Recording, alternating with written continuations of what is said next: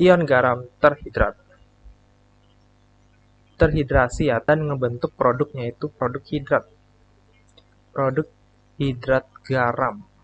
Nah, ini yang nyebabin air tadi jadi berubah menjadi asin.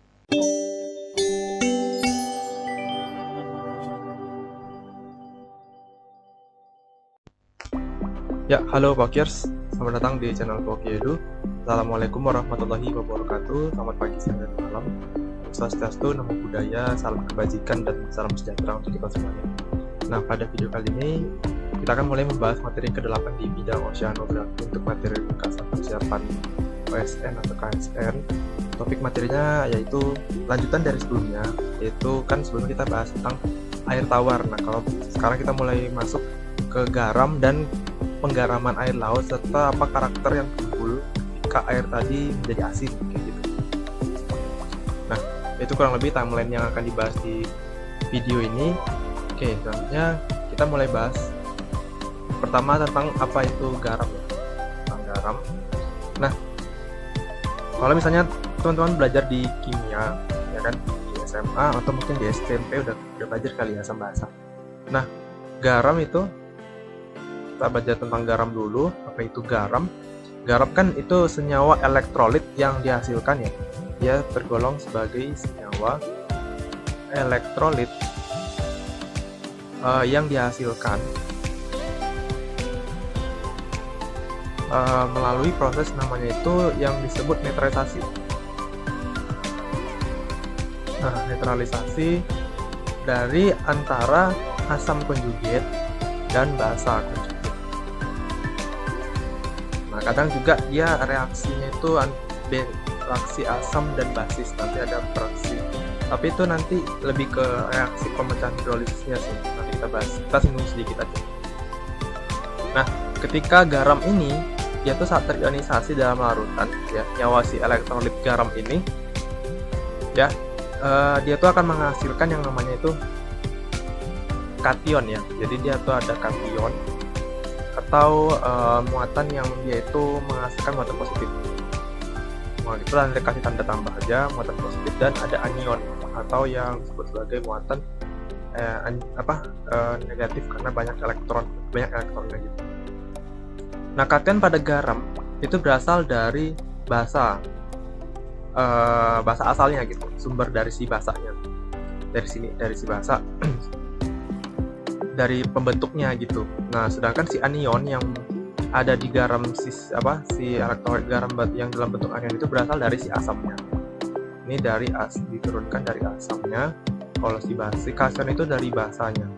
Nah, jadi karena kedua ion ini tuh dia terbentuk,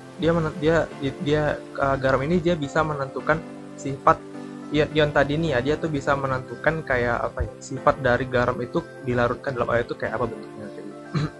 Nah, nama-nama garam yang diawali dengan nama ion kation itu contohnya itu kayak ada natrium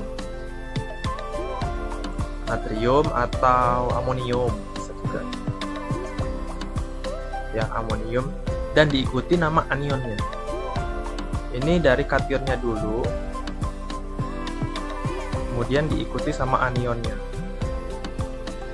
Anionnya contoh tuh kayak klorida, ada juga asetat. Jadi kayak misalnya ion garam natrium klorida atau NaCl, atau juga kalau misalnya di sini amonium asetat, nah bisa juga gitu. Jadi diikut kation dulu, baru penamaannya itu dari si anionnya. Nah, kayak garam itu pembentukan tuh gimana? Tadi kan udah disinggung juga ya, kalau misalnya garam pembentukan itu dari adanya elektrolit, ion-ion pada proses ionisasi dari kation dan anion. Nah, tapi lebih jelasnya di sini ada beberapa proses ya.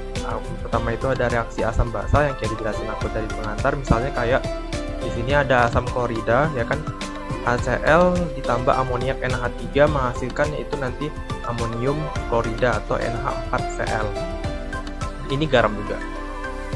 Nah, kemudian yang kedua pembentukan itu contoh tuh kayak ada reaksi antara logam dan asam kuat encer, misalnya magnesium ditambah 2 HCl menghasilkan MgCl2 plus H2. Nah, keterangan ini termasuk dalam golongan logam mulia yang umumnya tuh nggak bereaksi dengan cara ini. Nah, kemudian reaksi antara logam dan non-logam. Contoh itu kayak ada kalsium dan Cl2 menghasilkan CaCl2. Produknya ini garam juga. Reaksi antara basa dan oksida asam. Proses yang keempat, contoh garamnya itu ada 2NaOH ditambah Cl2O, itu menghasilkan produk garam 2NaClO plus H2O. Nah, ini apa ya? Ini tergolong reaksi hidrolisis. Ya, khusus yang ini namanya hidrolisis. Reaksi hidrolisis karena H2O-nya dipecah di sini masuk di NaOH, nanti ada gugus asam konjugat dan basis konjugat di sini. Nanti ini akan di sini aku jelasin ada singgung hidrolisis karena bakalan aku jelasin di materi berikutnya kenapa bisa air itu larut garam itu bisa larut ke air kayak gitu. Nah, nomor 5 di reaksi yang ini reaksi ke-5, reaksi antara asam dengan oksida basa. Misalnya 2HNO3 ditambah Na2O itu menghasilkan produk garam 2NaNO3 ditambah H2O. Nah, ini juga tergolong reaksi hidrolisis karena H2-nya dipecah. Ya, dia reversible jadi.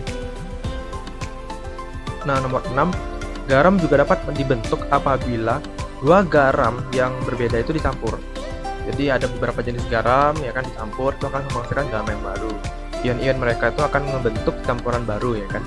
Contohnya itu ada misal kayak garam PbNO3 2 kali dalam bentuk aqueous direaksikan ditambah dengan garam Na2SO4 dalam bentuk aqueous juga itu menghasilkan garam baru yaitu PbSO4 solid padatan. Ini garam padatan berarti dia terus ada produk sisa 2NaNO3 dalam bentuk aqueous. Ini ya bentuknya ya tentang si garam secara ringkas. Nanti materi lebih lengkap ini harusnya ada di itu sih, materi asam basa dan garam di kimia dasar atau kimia SMA. Nah, ini dia yang kita akan menyinggung bagaimana sih garam itu bisa bisa larut ke dalam air gitu. Nah, proses masuknya garam, ini ada kristal garam bentuknya isometrik dalam bentuk kubus. Contoh ke dalam air itu dinamakan namanya peristiwa salinitisasi. Salinitisasi atau proses penggaraman air tawar. Nah, penambahan garam ke dalam air pada air tawar itu akan menyebabkan terjadinya perubahan dasar sifat air tawar menjadi karakter air asin. Nah, yang udah kita pelajari sebelumnya, di video sebelumnya itu karakter air tawar itu akan berubah karena masuknya si garam tadi akan menghasilkan karakter baru nanti yang akan dibahas di ini ya karakter air asin kayak gitu. Nah, NaCl kan juga itu kan ada senyawa yang atom-atomnya tuh terikat sama satu antara secara ionik ya. Dia reaksi ionik yang kayak dijelasin di slide sebelumnya tadi. Ikatan itu dihasilkan sama namanya itu kenapa anion dan kationnya itu bisa lengket itu karena ada ini anion dan kation garam ya itu bisa membentuk ikatan ionik itu karena adanya tarikan atau gaya elektrostatik ya. Nah, elektrostatik. Nah, ini di sini. Nah, itu umumnya ya kalau misalnya kita itu ngepecah garam ataupun air ini dalam bentuk reaksi ionik, misalnya itu kan kita dapat itu NaCl itu jadinya Na plus ditambah Cl min kan, ini ada kationnya terus ada anionnya. Kalau yang H2O itu ini yang satu molekul ya, tapi biasanya di buku kimia atau reaksi contoh itu H2O dipecah dalam bentuk 2 molekul gitu. Ini satu molekul jadi aku buat jadi AH plus ditambah OH min. Nah, ini kan jadinya H itu asam, OH nya basa kan, ini dari gugus hidroksida, ini H asamnya. Nah, gitu. Tapi nyatanya ketika NaCl dan H2O ini digabung, reaksi antara Na plus Cl min, H plus dan OH min itu dia tidak ngebentuk reaksi hidrolisis guys. Jadi H2O nya itu nggak mengalami pecah gitu. Kalau misalnya ini kita pecah, ini nanti jadinya reaksi hidrolisis. Kalau misalnya dua senyawa ini, ikatan ionik ini kita pecah ya kan, jadi bentuk kation anion terus direaksikan, nanti itu jadinya reaksi hidrolisis. Karena reaksi hidrolisis itu kan reaksi ketika si H2O nya itu dipecah, terus dia masuk ke berikatan sama anion kation dari senyawa senyawa lainnya dari reaksi itu gitu. Dia tuh jadi hidrolisis tuh kayak dia tuh ngepecah komponen tadi tuh pakai air tadi, dimana air itu juga pecah juga. Nah, contohnya kalau misalnya reaksi hidrolisis antara NaCl dan H2O, itu contoh produknya NaCl ditambah H2O, hasil produknya akan menghasilkan NaOH ditambah HCl. Nah, ini jadinya tergolong produk asam dan dalam kondisi asam dan basa akut karena pH lebih dari 7. Nah, itu ya. Jadi kayak contoh lainnya reaksi hidrolisis itu, contoh lainnya kalau misalnya di reaksi hidrolisis itu kayak ada air digunakan untuk memecahkan ikatan-ikatan. Contoh tuh kayak si air tadi ini untuk mecahin ikatan, contoh ya kayak ikatan ester, terus ada ikatan amida, ada glikolitid, salah ya, dan ikatan-ikatan lainnya. Pokoknya dia menghancurkan ikatan-ikatan tadi pakai air. Nah, tapi dalam hal ini airnya juga ikut pecah. Nah, gitu. Sedangkan kalau misalnya ini garam si air laut, itu bukan reaksi hidrolisis ya. Dia merupakan, ini tergolong sebagai namanya reaksi hidrasi. Jadi dia bukan tergolong sebagai reaksi hidrolisis, tapi dia tergolong sebagai reaksi hidrasi. Nah, hidrasi sama hidrolisis itu bedanya kayak, kalau di hidrolisis air tadi juga dipecah. Jadi air tadi ngebentuk kation H+ dan anion gugus hidroksida OH-.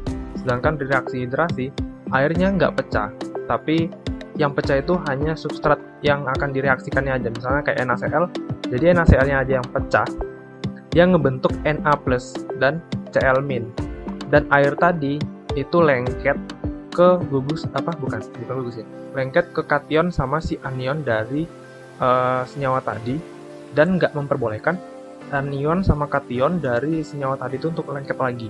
Jadi si air tadi itu akan ngebatasi si anion sama kation garam agar nggak bersatu lagi gitu. Jadi kayak tibanya si H2O ini pelakor ya guys. Dia mencuri, dia bukan pelakor, tapi PHO dah, merusak hubungan orang. Jadi PHO ya ini, dia tuh nggak boleh Na+ dan Cl- untuk bergabung lagi. Nah, jadi kation Na+ mengikat H2O, sedangkan tapi yang dalam bentuk yang bagian anionnya, bagian anionnya. Jadi nih Na+ mengikat bagian anion dari si air gitu. Bedain ya. Jadi di sini tuh dia ngikat anionnya dalam bentuk H2O masih utuh, sedangkan di hidrolisis dia ngikat anion dalam bentuk anion di H2O yang udah dipecahin. Nah, itu dia hidrolisis. Kalau di hidrasi beda yang aku jelasin tadi. Misalnya kayak Cl- ini, dia anion tapi dia ngikat bagian ionik kation dari si air. Nah, ini bagian-bagian airnya tuh, bagian kationnya tuh ya pasti yang dari H+. Nih H+, tapi airnya itu nggak pecah, jadi airnya tetap ada di sini. Ini gugus molekul-molekul airnya. Nah, tapi yang lengket ke Cl- dia bagian kation dari si H. Kalau di sini bagian yang lengket dari anion si OH-nya. Nah, gitu. Nah, itu ya. Nah, sehingga ketika NaCl ini ikatan ioniknya rusak, ya ikatan ioniknya rusak ya karena si PHO rusak hubungan orang si air ini, dia ngerusak ikatan ionik ini, sehingga terjadilah proses namanya disosiasi. Disosiasi itu tibanya nanti kayak ya pecah gitu, si NaCl-nya pecah jadi Na+ dan Cl- gitu. Nah, menjadikan nanti ion-ion ini menjadi tahapannya ya, ikatan ionik rusak, terus nanti ion garam tadi terlarut ya, ya, ikatan ion terlarut karena gaya elektrostatik menurun. Aku buat gaya E aja ya. Ini elektrostatik ya guys. Jadi gaya E menurun, terus ion-ion tadi terlarut dalam air. Kemudian ion garam mengalami hidrasi. Dan produk-produk yang dua ini namanya hidrat. Nih, hidrat sodium ion. Ini namanya hidrat klorid ion. Hidrat ion sodium atau ion natrium nih, sodium itu natrium ya. Kalau di Amerika dia sodium itu diganti, natrium itu diganti jadi sodium. Ini ada ion Cl, hidrat ion Cl. Nah, jadi produk ini dinamakan hidrat, ini dinamakan hidrat, kayak gitu. Kurang lebih kayak gitu ya. Jadi ikatan ini aku buat lagi sini lah ya, tahapan apanya, salinitisasi. Nah, susah banget dah. Salinitisasi. Pertama itu ada NaCl ditambah air. Kemudian ada tahap 1 nih, tahap 2 elektrostatik menurun. Kemudian terdisosiasi, pecah. Disosiasi melalui proses namanya itu reaksi hidrasi. Reaksi hidrasi, ion-ionnya mengalami disosiasi, dan keempat mengalami ion garam terhidrat. Terhidrasi ya, dan ngebentuk produknya itu produk hidrat. Produk hidrat garam. Nah, ini yang nyebabin air tadi jadi berubah menjadi asin, kayak gitu ya. Cukup jelas? Kalau misalnya ada yang menanyakan, kolom komentar aja. Nah, efeknya apa nih? Efeknya kita harus tahu apa aja efek setelah si hubungan antara si garam tadi di pH sama si air ya guys. Nah, efeknya pertama kita bahas dari kapasitas panas. Ya, apa itu kapasitas panas? Cek kembali di video sebelumnya. Di materi 7, kapasitas panas. Nah, di kapasitas panas, ketika garam tadi masuk ke air tawar, maka kapasitas panas itu dia akan berubah. Nah, jadi kapasitas panas akan turun seiring dengan kenaikan salinitas. Jadi kapasitas panas di sini kita buatnya kayak mana ya? Gini aja deh, kapasitas panas akan menurun. Tanda panah ini kalau gini tandanya menurun, aku buat ya biar singkat aja sih. Kapasitas panas menurun seiring dengan salinitas naik. Jadi kalau garamnya makin banyak, kapasitas panasnya akan semakin menurun. Tapi jika dalam kondisi tanda kutip ya, ini tanda kutip salinitasnya itu normal, bukan normal, maksudnya kayak stabil lah ya, stabil. Tanda kutip ya, ini tanda kutip salinitas stabil, kapasitas panas itu akan cenderung heat capacity, HC itu heat capacity ya pakai bahasa Inggris. Heat capacity itu akan naik ketika suhunya itu naik. Nah, sehingga titik didih akan cenderung naik, dan otomatis nanti salinitas juga akan naik. Gitu. Nah, gitu ya. Jadi kayak titik didih nanti akan naik juga seiring dengan peningkatan salinitas. Yang kedua, dari sisi densitasnya. Densitas itu nanti dia akan naik seiring dengan salinitas naik. Nah, ketika salinitas meningkat, densitas akan meningkat. Penambahan garam itu akan menurunkan, tapi dia ini kan densitas apa ya? Densitas apanya? Densitas airnya gitu. Tapi ketika salinitas ditambahin, itu justru suhu densitasnya, TD-nya ini mana bilangnya? Gini aja deh. Suhu densitas max itu akan cenderung menurun. Nah, densitas naik seiring dengan salinitas naik, tapi suhu di densitas maksimalnya itu akan turun. Apa itu suhu densitas maksimum? Cek lagi di video sebelumnya. Yang ketiga itu dari apa ya? Dari titik beku. Nah, titik beku. Bentar. Dari titik bekunya. Nah, ini kalau dalam titik beku itu akan cenderung turun seiring dengan salinitas. Salinitas itu akan menaik, cenderung meningkat. Nah, yang keempat efeknya dari sisi densitas juga. Ya, di densitas tadi udah sih sebenarnya densitas. Oh enggak, densitasnya itu akan turun seiring dengan salinitas turun, tapi suhu akan cenderung meningkat. Nah, ini bukan suhu densitas ya, tapi suhu perairan. Jadi inilah TSD atau keseimbangan temperatur, salinitas, dan densitas yang akan kita pelajari lebih lanjut di materi berikutnya tentang suhu, salinitas, dan densitas. Yang kelima itu ada 1, 2, 3, 4. Nah, 5 itu kebalikannya aja sih. Densitas itu akan naik ketika salinitas naik dan suhu akan turun. Nah, ini dibalik aja ya guys. Jadi densitas akan naik seiring dengan salinitas naik dan suhu akan mengalami penurunan. Yang keenam itu dari tekanan uap. Nah, dari tekanan uapnya itu dia tekanan uap itu BTW apa? Nah, tekanan uap itu kayak seberapa jauh sih? Dia tuh menyatakan ukuran ya, seberapa mudah molekul air lepas dari ikatan hidrogennya. Apa itu ikatan hidrogen?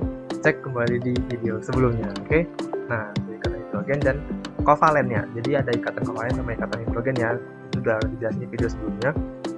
Nah, ketika ada penambahan garam ke air tawar, tekanan uap tadi itu akan menurun seiring dengan salinitas meningkat. Gitu ya. Yang ketujuh, dari tekanan osmotik. Tekanan osmotiknya itu akan meningkat seiring dengan salinitas meningkat. Nah, yang terakhir efeknya ada dari viskositas. Viskositas itu kekentalan. Viskositas itu akan naik ketika salinitas naik. Nah, ini efek-efek dari proses penambahan garam di air laut. Grafiknya di sini, ini ada beberapa juga chart yang bisa kita kita bisa tarik kesimpulan dari grafik ini. Di sini ada menjelaskan parameter tekanan osmotik. Ini parameter pertama. Yang kedua ada tekanan uap. Ini ada suhu densitas maksimal, sama ada titik beku ya guys. Nah, ini bisa kita cek, ini titik beku nomor 3 di sini. Ya, ini nomor 3. Kemudian temperatur densitas maksimum itu nomor 2 di sini. Yang ini. Ya, ini ya, ada panahnya bisa dicek. Tekanan uap itu nomor 6. Tekanan osmotik nomor 7. Nah, ini nomor 7 nih ya. Nah, nih, peningkatan salinitas itu ke sana. Ini ada angka-angka juga yang bisa menjelaskan apa pokoknya. Nah, angkanya yang tadi kalau misalnya nomor 7. Tekanan 7, tekanan osmotik meningkat sehingga salinitas meningkat. Nah, ini grafiknya itu dari misalnya dalam kondisi salinitas 10 PSU, partikel salinity unit, atau per mil, di satuannya per mil, PSU juga bisa. 10 PSU itu angkanya sekitar 5 atm. Kemudian meningkat jika dalam kondisi 35 PSU, ini berapa ya kira-kira? Oh, sekitar 10. Nah, meningkat guys, jadi 10 atm. Nah, yang nomor 6, tekanan uap. Nah, tekanan uapnya itu harusnya menurun ketika salinitas turun. Nah, ini salinitasnya kalau misalnya dalam kondisi 10 PSU, itu tekanan uapnya sekitar berapa nih ya? Sekitar 0,995 lah kali ya. Nah, akan turun ketika dari 35 PSU, ini berapa ya? Sekitar 0,98. Nah, turun. Ini temperatur densitas maksimum dari 2 ketika 10 PSU turun menjadi berapa ya ini? Nah, ini min berapa nih? Min 3,2 lah ya. Min 3,4. Nah, min 3,4 kira-kira gitulah ya. Min 3,4 ketika 35 PSU salinitasnya. Nah, kemudian titik beku. Titik beku itu ketika dia salinitas 10, dia ada sekitar 0,5 lah ya, ini tengah-tengah. 0,5 derajat Celcius, terus turun titik bekunya turun ketika salinitas meningkat sekitar 35 PSO itu ada di titik sekitar segini lah ya, min 1,8. Nah gitu, turun itu efek. Nah tadi kita juga udah bahas efek-efek dari salinitas meningkat menurun. Nah itu apa efeknya. Kemudian kita mulai bahas konsekuensi penting hubungan salinitas ke temperatur densitas maksimum terhadap juga ke titik beku. Nah kita akan bahas ke konsekuensi hubungan salinitas. Aku buatnya apa ya, T aja ya, ini T itu suhu ya guys, TDM densitas maksimum, sama T itu sama yang T beku aku buat sini tuh TB ya, biar mudah. S nya tuh nanti aku singkat S salinitas, S TDM dan TB. Nah ada dua bentuk. Bentuk pertama aku buat bisa kita katakan sebagai kasus pertama misalnya ya, ini kasus atau bentuk konsekuensi pertama. Bentuk satu itu dia bentuk satu itu dia menjelaskan ketika salinitas itu S itu dia persentasenya lebih besar dari 26 per mil. Nah 26 per mil. Nah efeknya itu kan tadi kalau salinitas meningkat tentu ada perubahan-perubahannya kan, tetapi TDM sama si TB nya, kalau TB misalnya akan semakin menurun ya kan. Nah temperatur densitas maksimum juga akan menurun. Nah itu hasilnya nanti di air tawar itu nanti ketika salinitas lebih dari 26 per mil, TDM ya, TDM nya itu dia lebih kecil efeknya. Jadi TDM itu akan lebih kecil daripada TB nya, dimana TDM itu angkanya sekitar min 4 derajat Celcius. Ganti warna itu lagi, TDM 4 dan TB itu sekitar min 2 derajat Celcius. Nah jadi min 4 kan lebih kecil ya dari min 2, jadi TDM akan lebih kecil dari TB. Efeknya apa yang ditimbulkan dari hubungan TDM lebih kecil daripada TB ini guys? Nah efeknya itu ini, contoh di gambar ini gambarnya cukup merepresentasikan ya, cukup menjelaskan ya hubungan antara TDM sama TB. Di air laut ya, di kutub aku ambil sampelnya di kutub utara itu samudra Arktik kan ya, aku jelasin juga di materi sebelumnya itu tentang samudra. Jadi samudra Arktik itu adalah ya samudra pada umumnya, tapi dia bentuknya itu ada es di atasnya. Nah es yang terbentuk di atas samudra Arktik itu karena konsekuensi hubungan salinitas yang menghasilkan efek titik densitas maksimum lebih kecil daripada titik bekunya. Nah ini contohnya kayak gini,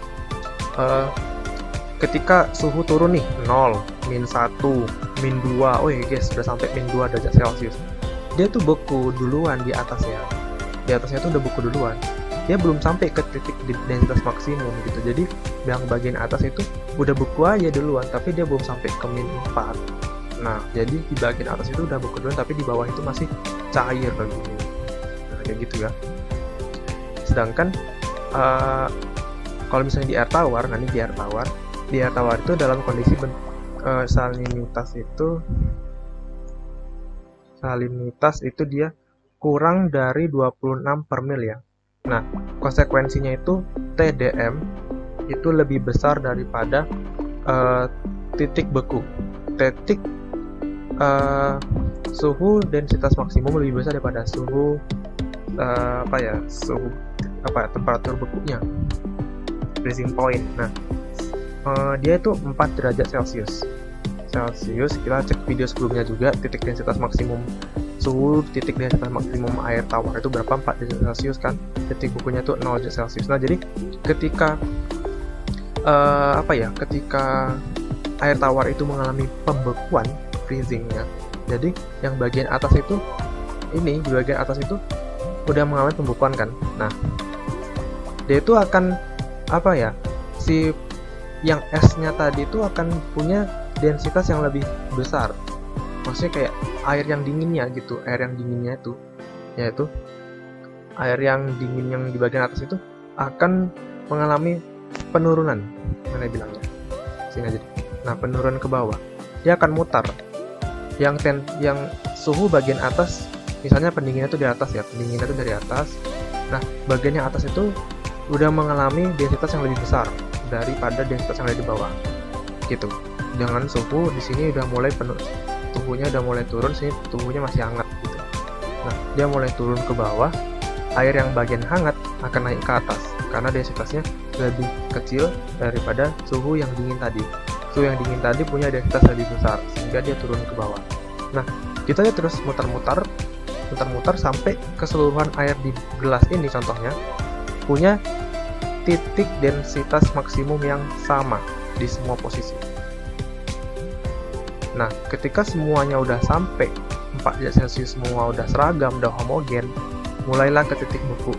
Nah, ke titik 0 derajat Celcius, maka pendinginan di air tawar berlangsung secara totalitas. Jadi semuanya beku dari atas sampai bawah. Makanya kalau teman-teman ngebekuin es batu, nggak ada tuh es batu yang kalau misalnya di bagian atasnya aja yang beku, di bawahnya tuh masih air. Enggak, semuanya bakal beku semua. Beda sama air asin. Kalau di air asin, kalau misalnya airnya di dalam jumlah banyak, pasti bagian atasnya doang yang beku, di bawahnya itu masih air karena titik densitas maksimum lebih.